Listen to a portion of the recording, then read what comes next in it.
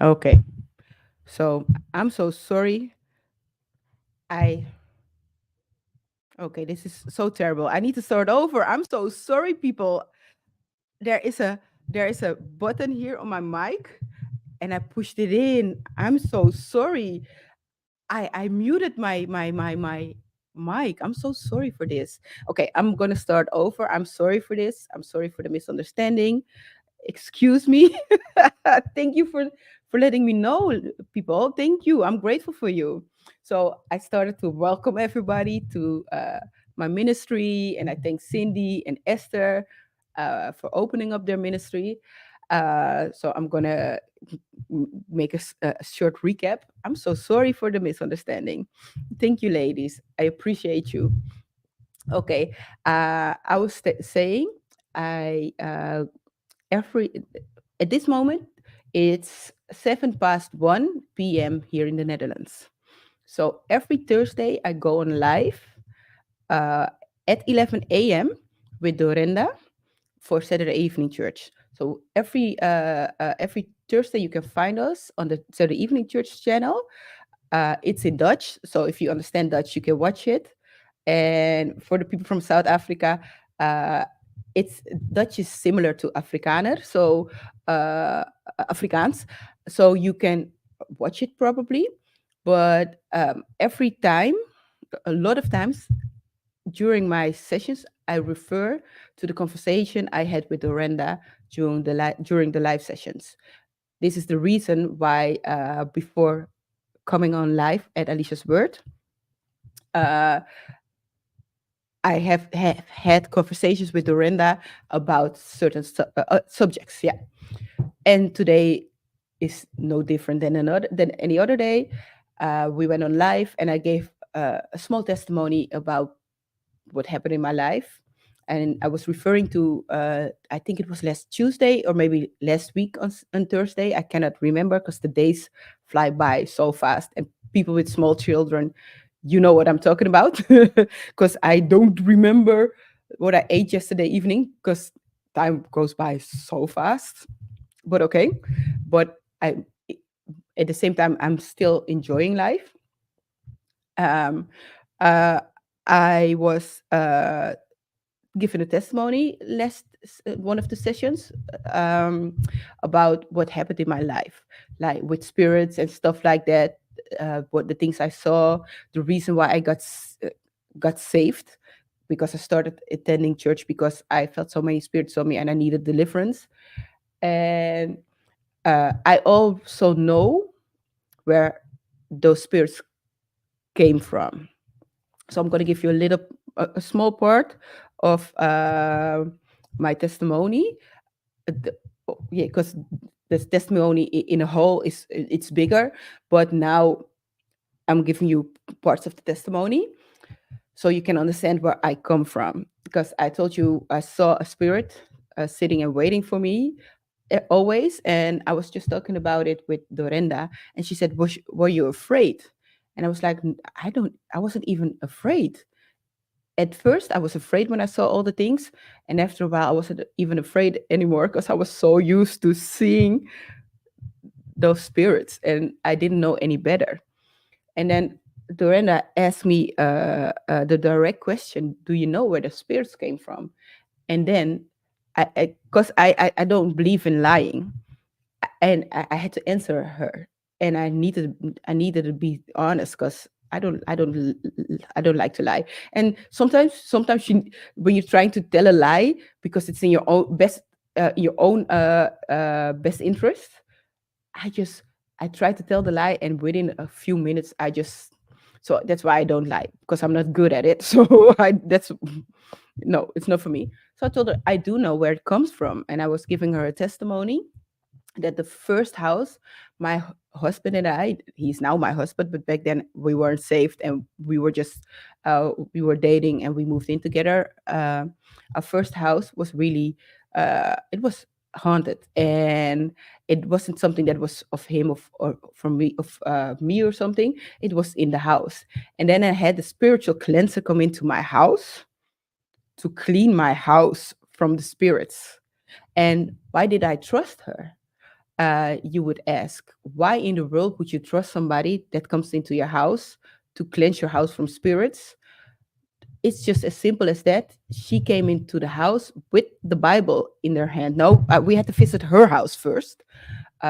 Which we had a, how do you say that, the intake, the before you come to agreement that you will go into business with each other. Interview. It was an interview. That's the word. And we went to her house, and she was telling us, everything I do is with the Bible in my hand. Everything I do is with the Bible in my hand. And I trusted that. Okay, not only trusted that, uh, we were sitting at her table, and she was giving me facts, things that were going on in our lives, things that happened in our past, and little habits we had. So, like, I like to pull. How do you say that? I cannot come up with the word. Stecker. How do you say stecker in English? I like to pull the plug at the cable from the outlet, and not at the grip it has. So she was giving me that types of details about myself, and she was like, "You love to take showers because you have a water spirit and stuff like that." She spoke things over me, and I didn't know any better back then. But hey, okay. And I was like, "Oh, she knows stuff," and she was talking to spirits that were telling her stuff. And because I was a little naive, and that's the whole truth. I was naive, and I trusted her because she was waving the Bible in my face, like, "I'm doing this with the Bible. I'm doing this with the Bible." I accepted that. She came into my house to to cleanse the house, and everything that was happening in my house uh, got worse. And I need to tell you this: my husband, they call them. It's a Dutch saying, so I'm going to translate it. The literal translation I'm going to give to you. He's a sober Dutchman, and sober Dutch people, they don't fall for this type of things. And my husband was a sober Dutchman, but he also experienced the things we experienced. So he was like, "We need to do this. We need to do this." And so we went to the lady, and uh, she came into the house. Like I said, she cleansed the house, and after that, it got worse. It got way worse. And then after a while, I felt I need to move from this place because this is not good. And the things were bound, they were bound to the house, so it wasn't for us. So I applied for a house because back then we didn't buy the house yet. We were renting houses. In the Netherlands, the system is a little different. So I felt that I needed to apply for a new house. So I applied for the new house. It was really we didn't uh, we weren't the right candidates for the house, but I was like, I need to apply anyway. So I applied for the house, and we were the fifth in line. And everybody before us said, "No, I don't want that house." And we really believed that we wouldn't be able to get the house, but we got a house anyway. We got a big house. So it was really good. It was how do you say that? To say it politely, it was lifting. Let's put it like that. It was lifting. So we had to take out of the kitchen. We had to buy a secondhand kitchen, everything like that, because we were still in school, and we had to just build it up from the ground. Later on, we bought the same house. It became our own property, but back then we were renting it. And the point I'm trying to make is that people call themselves white witches, right? We all know those. And they say, "I'm a white witch because everything I do is with the, I know it's not the Bible, it's still my phone. Everything they do, can you give me the Bible, Dorenda? Everything I do is with a Bible in my hand." This is a Bible, it's a Dutch Bible though. "Everything I do is with a Bible in my hand." And I want to point something out to you. That's why you need to make sure the things that are said to you and are done to you or for you are in line with this word. Because I'm going to read Matthew 4, verse 5 till 7 for you, because you can read the whole whole chapter, but I'm going to point something out in this part. Chapter 5, verse 5. Then the devil took him to the holy city and had him stand on the highest point of the temple. If you are the son of God, he said, throw yourself down, for it is written. So who said that? The devil said it. For it is written, he will command his angels concerning you, and they will lift you up in their hands, so that you will not strike your foot against the stone. And then Jesus, in verse 7, answered him, it is also written, do not put the Lord your God to the test. What do I want to point out? In verse 6, uh, the devil is quoting scriptures, people. He is quoting scriptures. What am I trying to tell you? Is that he knows the word. He knows the Bible. He knows the Bible better than you and I know the Bible. So he's going to tell you his version of the Bible. So like was trying to put Jesus to the test, he's going to use people to put you through the test. That's what happened with me. The lady was showing her Bible time after time.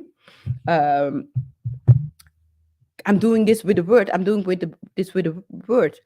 She probably was, because why? The spirit that were working with her, through her, they know the Bible. And this is why I keep telling you not only to know the Bible, but have a relationship. But I'm telling you, you need to know the Bible. You need to know the truth. Why? Because if you know what the word says, and I'm not talking about the part where your pastor or any leader in your church tells you what's written down in the Bible, or what a verse means. I'm talking about knowing the Bible. Like when the devil quoted, he will command his angel concerning you, and they will lift you up in their hands so that you will not strike your foot against the stone. When the Bible is quoting that, yeah, you know how to come against that with what Jesus said. It is also written, do not put the Lord your God to the test. Because if you only know part of the scriptures,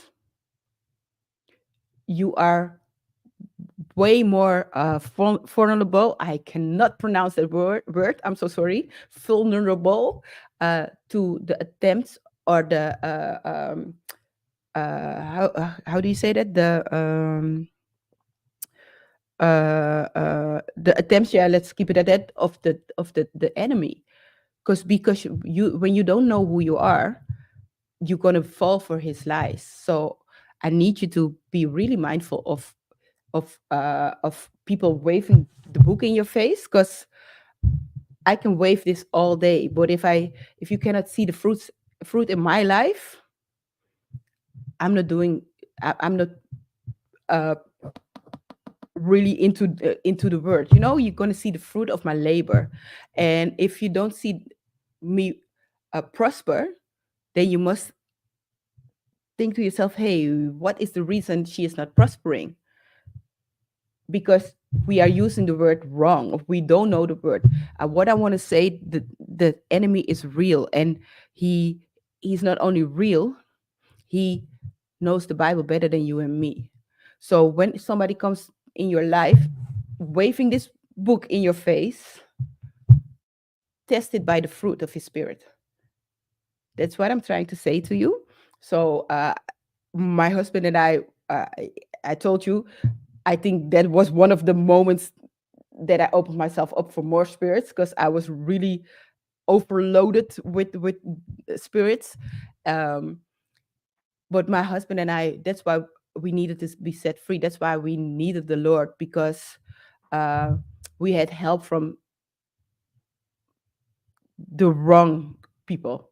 And back then, not knowing who I was in Christ, because I didn't give my heart yet to Jesus at that moment, but I knew God was real, and I knew Jesus Christ was real. I always knew, but I didn't give my life to him yet.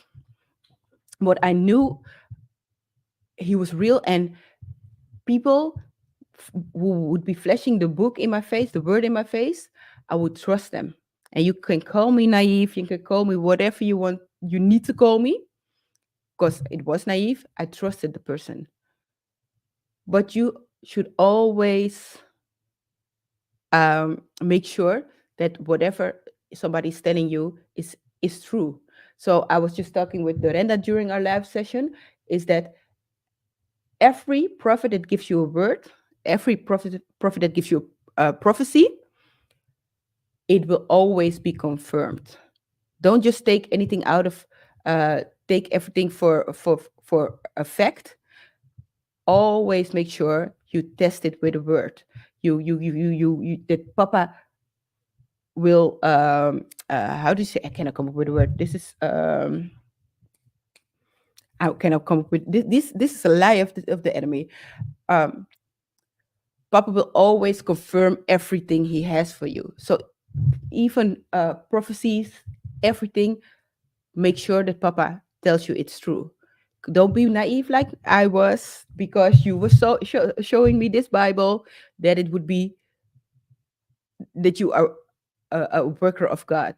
No, I will see it by the fruits. But because at the end of the day, I can tell you a lot of terrible things about the lady. You couldn't see the fruit. And I didn't know back then. So be mindful. Another thing, be really mindful. That's what I see in the spirit. This is for someone. Be mindful to whom you're listening to, because maybe, yeah, how do you say that correctly? There are so many teachers and preachers that we all know. Some people water it down, the word. We don't need it also, but they are putting emphasis on what is gainful to themselves and not to the kingdom. So use your discernment. Ask Papa for the gift of discernment, because we all have the gift of discernment. Um, ask to activate it, and make sure you can discern false prophets, false teachers, because they are polluting your ears. And pardon, you need to stop the pollution. You need to stop um, the flow of information coming into you. So you need to be more mindful to whom you're listening to, because a lot of people are polluting you. This is for somebody. Stop listening to everybody. Stop listening to everybody. And another thing is, the reason why some people listen to every and anybody is because they want to hear what suits them, what's easy to their ears. But the true word of Papa isn't all lovey-dovey. He how do you say that? He when we're wrong, he will let us know we're wrong. He corrects us. He doesn't let us go astray. He corrects us. The reason why a lot of people listen to other to the all different type of teachers is because they are searching for somebody to their liking. And you cannot like everybody, because you're gonna find what you like, and they're gonna uh, uh, lead you astray. So be really mindful. Don't let your ear be polluted, and don't search for somebody to your liking, because they're going to lead you astray. So this is for somebody. I'm sorry, I needed to tell you. Be mindful. Within my church, my senior pastor is Cindy. We have a kind of golden rule: don't listen to more than 5 teachers, because otherwise you'll get confused. I think 5 is a little too much, because even within the 5, you have so many different types of teachers, that even within the 5, you can let confusion in. So be really mindful of that. I don't even listen to 5 people, but if you want to, don't have more than 5. So that's just a tip we had. That's the rule within our church. It's not a rule, so no, I'm sounding like it's a rule. It's not a rule, but it's a guideline. So be mindful. I hope I blessed you with this word, because there are a lot of people that are in the situation I was in. There are a lot of people that went through the things I went through. I was just telling Dorenda, people really went through things in life. And I was in a church community years ago. There was a lady, she really sold her body to make a living. I didn't go through that. I went to a church where a man took another man's life. I never did something like that. I had a simple life, but it was a spirit-filled life, but not the spirit we want to have in our life. So that's the worst thing that happened to me. And sometimes people are like, "Your heart is so hardened," because I saw real stuff, and when you see real stuff and you go through real things, everything else is like whatever, you know. So that's why I'm maybe come over as cold, but I'm not cold, not at all. I'm really loving, by the way, but I come over as cold when you tell me something. Oh, somebody drove over my toes. I'm like, okay, but you still got them though. And they were like, why would you be so rude? I'm not rude, but you still got them, you know. So you need to see the blessing. And I know it's maybe harsh, but I saw real things going on in my life, in other people's lives. So I need you to keep that in mind. So I needed to talk to you about this today, and I'm going to be here on next Tuesday again. Um, I don't know what the subject is going to be, but I cannot wait to see you there. I'm going to say hi to everybody, and I need to thank the ladies first, Sonia and Anneke, um, for letting me know that the audio wasn't working. That was my fault because before I went on live, it was all working, but then I moved the mic towards my face because it was far away, and I think I pushed the button. And I'm sorry, it wasn't the first time, but thank you for pointing that out. Goedemiddag, Anneke. Um, Thank you so much for letting me know. Hey, Miss Jackie, all the way from Dallas, Texas. I still need to visit Dallas, Texas. Every time I come to the States, I'm like, I'm going to go. Oh, not again. I'm going to go to South Carolina. I'm going to go to Florida, and I'm going to go to Texas and Louisiana. Never did it. The first I went was uh, in Georgia, of course, Tennessee, and Alabama. And don't ask me what I was doing there, but this is the only places I've been in all these years. But every time I'm like, this year I'm going to go for real. Mm. So maybe one day. Hey, Miss Coco Chanel, what's up? And Chrissy, so good. I've been believing the enemy's lies for way too long. Thank you and love you too. The thing is, with the enemy, he loves to tell us lies. But when we don't know who we are, when we don't know what the words, what Papa says about us, because that's all written in this word. Uh, if we don't know that, he's gonna feed us his lies. He's gonna feed us until we are full, and we're gonna uh, explode because of the fullness of his foolishness. So we need to have discernment to make sure we don't fall for his lies, and have to have the knowledge of what is written in the word, and not only know what is written in the word. I keep repeating this to you because this is so important.